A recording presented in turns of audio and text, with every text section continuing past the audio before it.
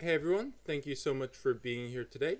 We're going to be talking about microdosing psilocybin. This is going to be a basic overview, and this comes from my own experience, personal experience microdosing psilocybin mushrooms, and also guiding other people and supporting other people in their journeys, and also reading a lot of accounts of people's experiences as well. Your experience is definitely going to be unique, so please take what you can with what you resonate from this webinar and discard whatever doesn't resonate. You are free to be your own scientist in this process. What is microdosing? Microdosing is the act or process of taking small amounts of psychedelic substances. Usually a tenth to a 20th of a full dose is considered a microdose. Some people consider microdosing like a spiritual vitamin. It allows us to dip our toes in, tap into the spiritual waters without taking the full plunge. And it really allows us to explore our heart, gut, mind, body in a very gentle, low risk way. Some people like to microdose to alleviate depression, anxiety. Some people want more creativity. Some people want to be in a better mood. They want to flow better. So there's a lot of reasons why people do this. And in this webinar, we're going to be talking mostly about psilocybin, although a lot of the content can be applied to other psychedelics like LSD, mescaline as well. So there are several advantages of microdosing. The number one is that you're not going to need to take a significant time to prepare and integrate like you would with a full dose. So instead of taking half a day, a full day, or 2 days off, you can mostly go about your normal routine without too much changes. Some people fear losing control, so microdosing can be a great way to retain some of that control while also experiencing some of the benefits of macrodosing as well.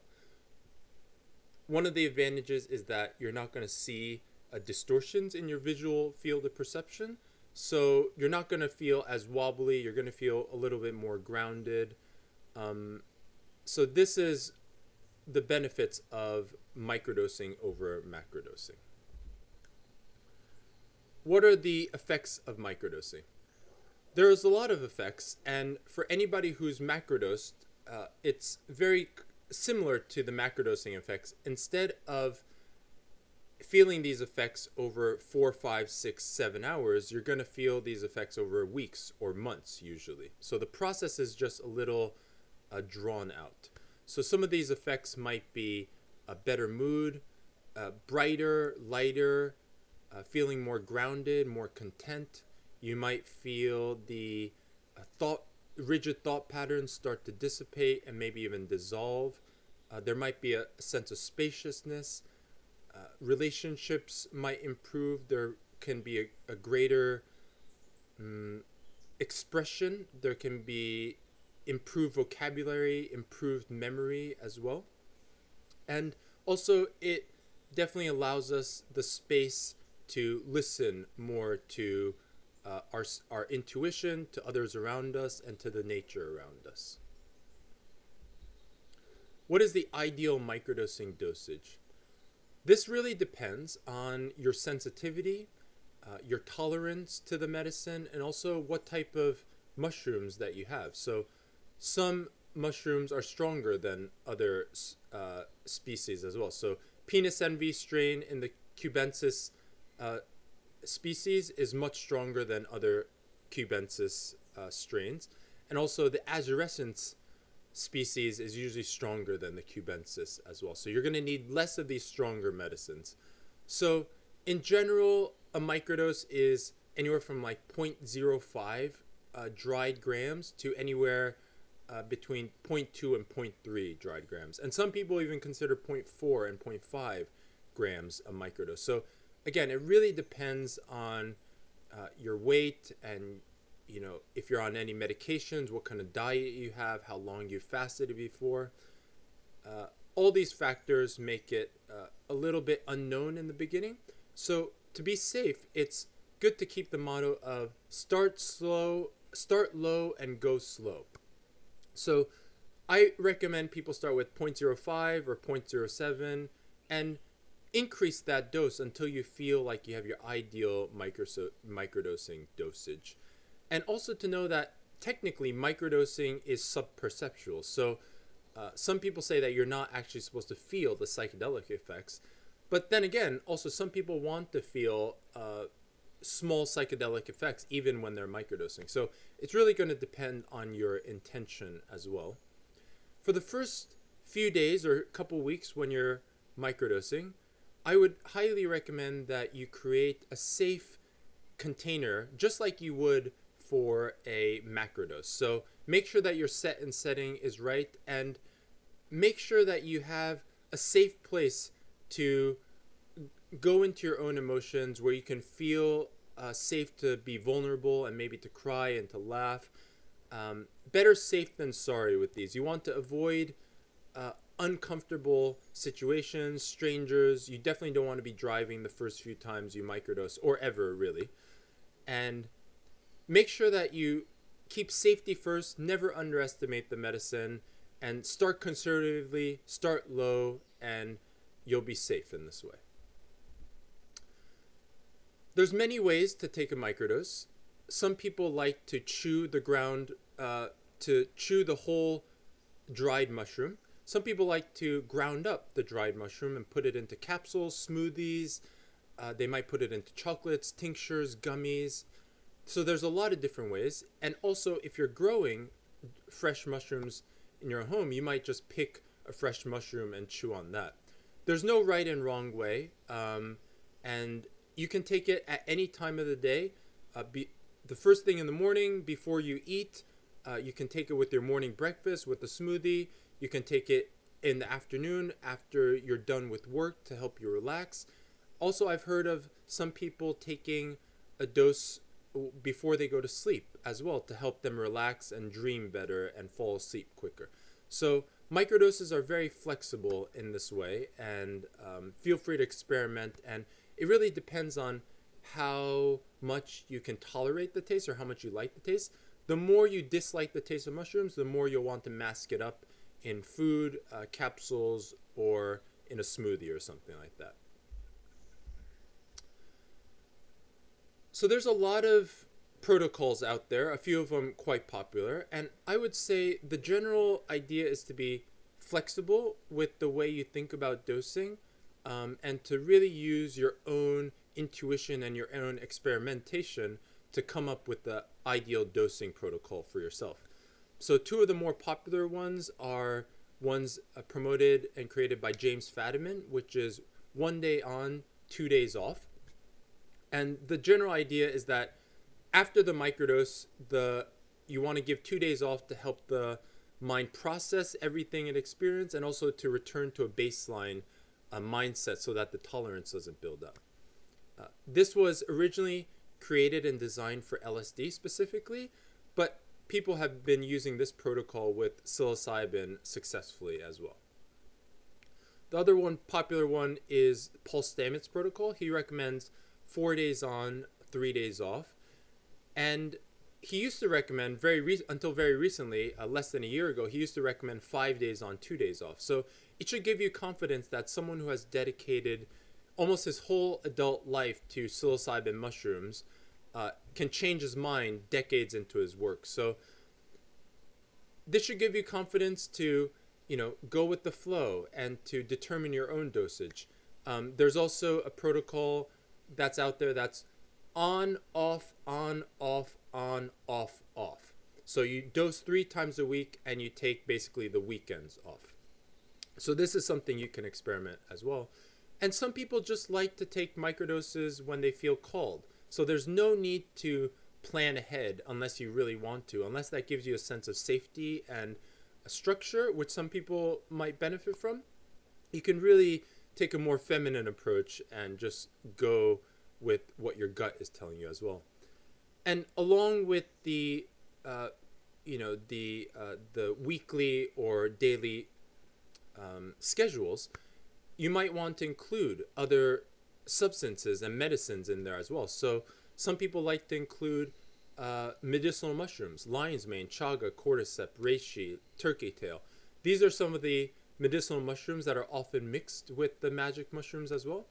Paul Stamets specifically recommends psilocybin, lion's mane, and niacin. So niacin is vitamin B3, and the idea of including niacin is in there is that it allows the blood vessels to dilate, and it allows these medicines to flush through the system much more effectively and efficiently. Some people who have used the niacin actually decide to keep it out of the regimen sooner or later because they think that the niacin flush is a little bit too much for their body, whereas other people, are really committed to using the niacin as well. So I would experiment with this.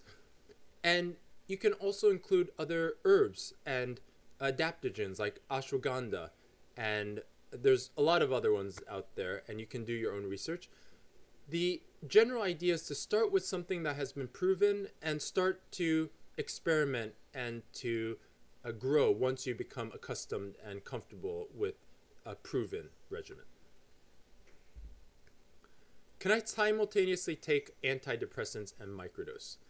This is a very common and complex question. It's really going to depend on your intentions, and it's really important to question why you want to take a microdose and why you're taking antidepressant or another pharmaceutical medication. Some people are on antipsychotics, either for depression, anxiety, or for sleep as well.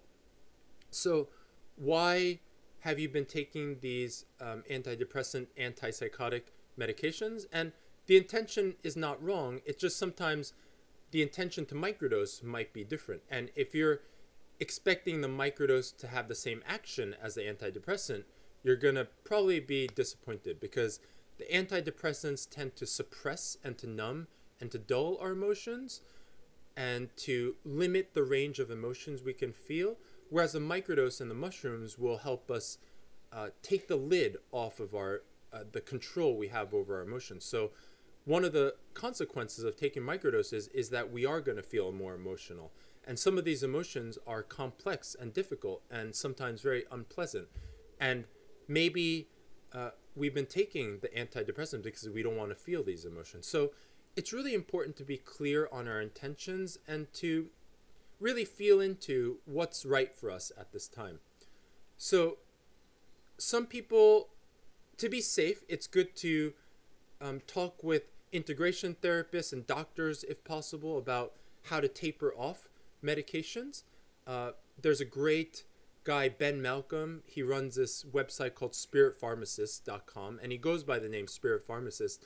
And he's really a pro at the interactions between psychedelics and other Western medications as well. So if you're really curious about having a consultation, for your specific experience, I would highly recommend you reaching out to him.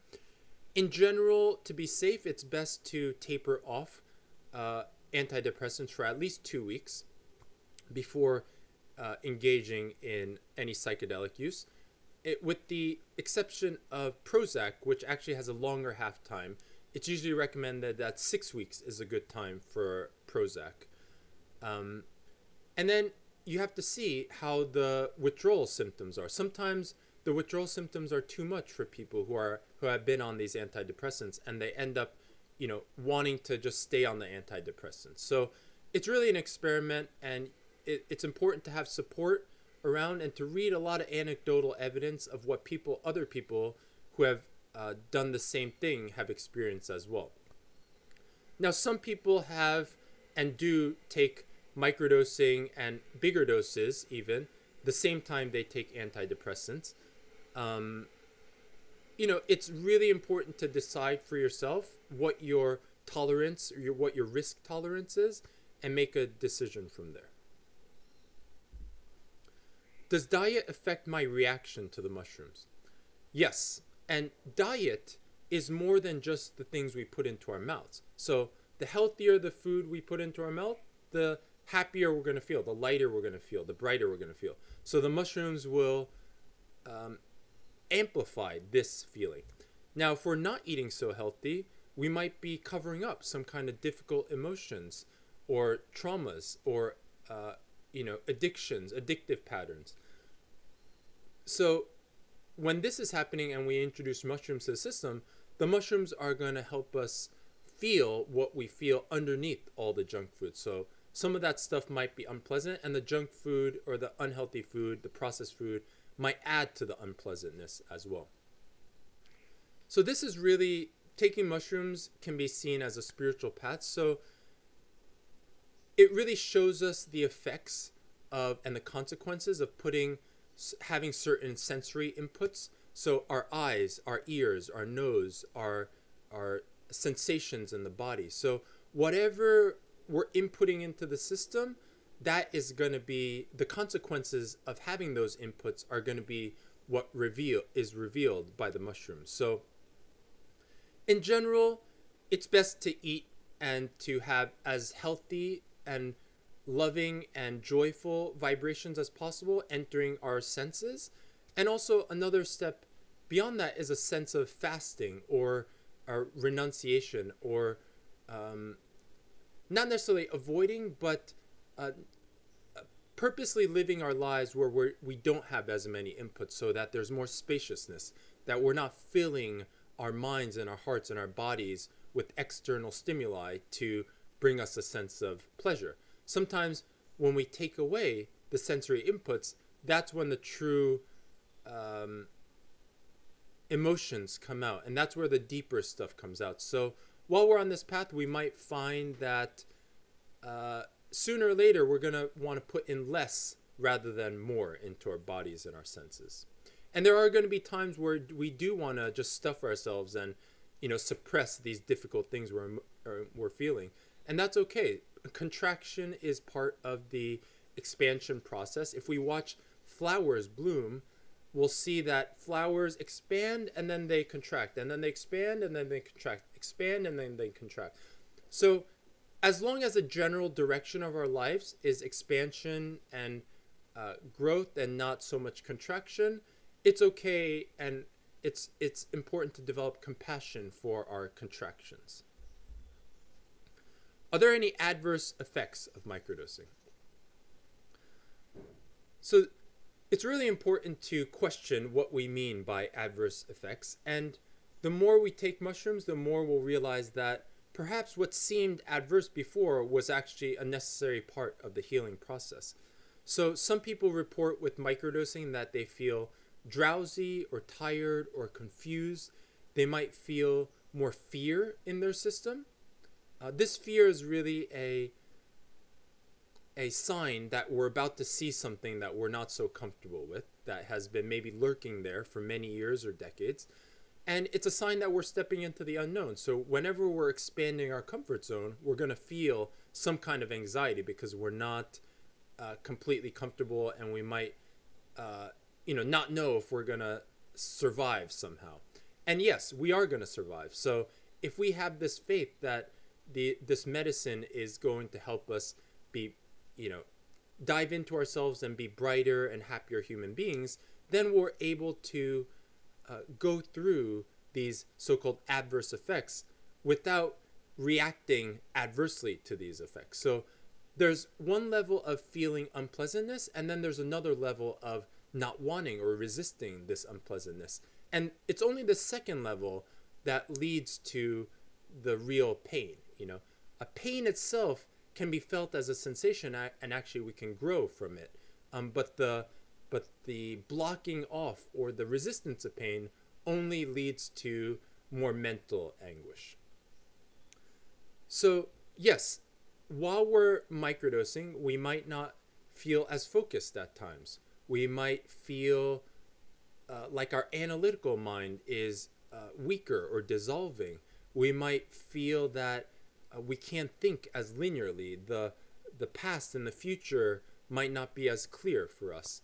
And this is all part of it, but for some of us who haven't practiced what it's like to live without too much past or future, it might be really scary, and we might feel like there's something wrong. But actually, the mushrooms can really help us clear these kind of past and future thoughts, and this helps us alleviate anxiety and depression. And in the long run, we will find that our logical, analytical minds become more nuanced and stronger even, and that our thinking becomes more direct, and we can solve problems in a much more creative way, looking at the problem from many different perspectives. So although there are some people feel like they're experiencing adverse effects, I would say in the healing process, if the intention is to heal and to really get better, we need to feel these adverse effects and really persevere through them, because we have to go through the darkness in order to get to the light sometimes. What happens if I accidentally take too much? So what happens is that you want to either lay down or go for a walk or touch a tree, hug a tree, touch the ground with your hands, or take off your shoes barefoot, lay on the ground. You might want to take a walk in the forest. You might want to jump in the lake, or go in the ocean if the waves aren't too big.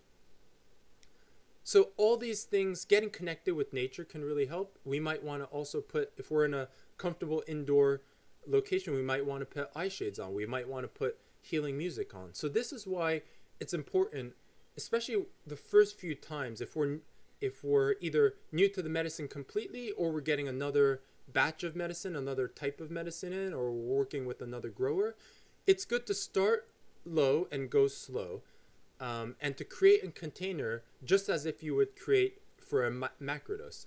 And the more we work with the medicine, the more we'll realize that the setting is important with or without the mushrooms. So more and more we'll realize that, we might always be on a journey, and the psychedelics will affect the way we view the rest of life as well, and the way we live the rest of our life. So we might start focusing more on our environment and our settings.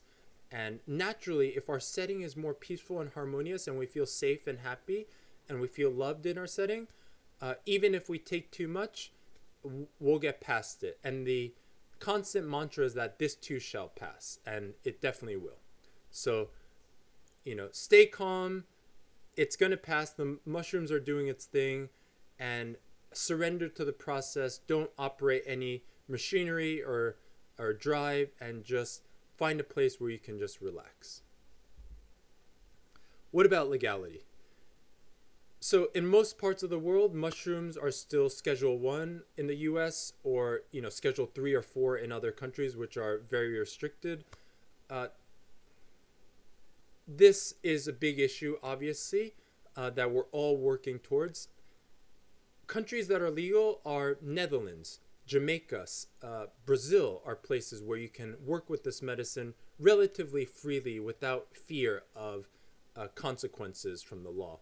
In many U.S. states, there have been decriminalization efforts passed already. Denver, Oakland, Santa Cruz, Ann Arbor. And there's a lot of other cities and states that are working to decriminalize and to legalize this medicine as well.